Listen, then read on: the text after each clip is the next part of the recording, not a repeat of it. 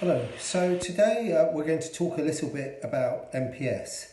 Now, everyone knows NPS is a very useful tool, especially in an age when individuals are trusting messages, direct messages from brands less and less, and they're trusting friends, family, peer group, influencer, etc. more and more. So the kind of questions that NPS poses around: would you recommend the brand to a friend or family member, or how likely are you to transact or purchase again, is very, very relevant, of course. In a multiple market, NPS allows you at a strategic level to compare and contrast how market A is doing to market B by looking at the scores. So in that respect, it's very, very useful strategically. The operational use comes in when you get down to a customer or segment or cluster level, and you're able to identify particular behaviours by the individual or cluster and then take actions. The real challenge in an NPS program comes when the NPS scores start to, as they will do, tail off. So eventually what that means is that your ability to shift the needle on NPS scores becomes more and more difficult. That's when the $6 million question gets raised by someone in the C-suite. Normally your CFO or your COO or your CRO. Doesn't really matter. There's so many C's in the C-suite nowadays. Anyone can rightly ask the question, because after a couple of years or a few quarters of seeing NPS scores, the natural question is, how is NPS impacting my financials and profitability of the business unit or the organisation? That's where it becomes very important to show the correlation between NPS and profitability. Let's take a bank, for example.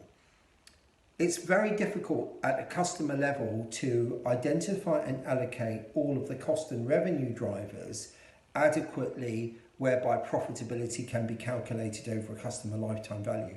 However, there are surrogates that can be used. One surrogate is revenue per suite of products held. So for example, the revenue across asset, liability products, expenses, fees, etc. The other easier way is products per customer held. So whether that's number of credit cards held, current accounts, low cost, high cost deposits, etc., etc. By plotting NPS scores against that surrogate for profitability, let's say products per customer, a positive correlation will be shown. There's no doubt about it. Now, typically your positive correlation is shown in the form of an R-squared coefficient. If that is high enough and a positive correlation is shown, a number of things happen. Number one, the owner of the program is able to get credibility amongst the C-suite because they're able to demonstrate that what they're doing is having a positive impact upon the financials.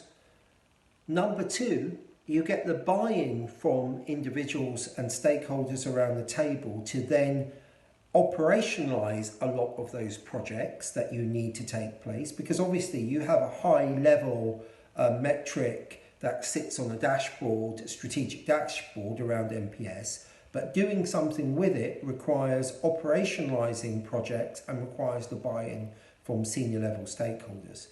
And finally, you get the permission to then move forward when it comes to the next budget cycle. So in summary, there is a really strong need for the art form of NPS to meet the science form, and there is a strong need to very quickly in the program start demonstrating the correlation between NPS scores and some aspect of customer profitability.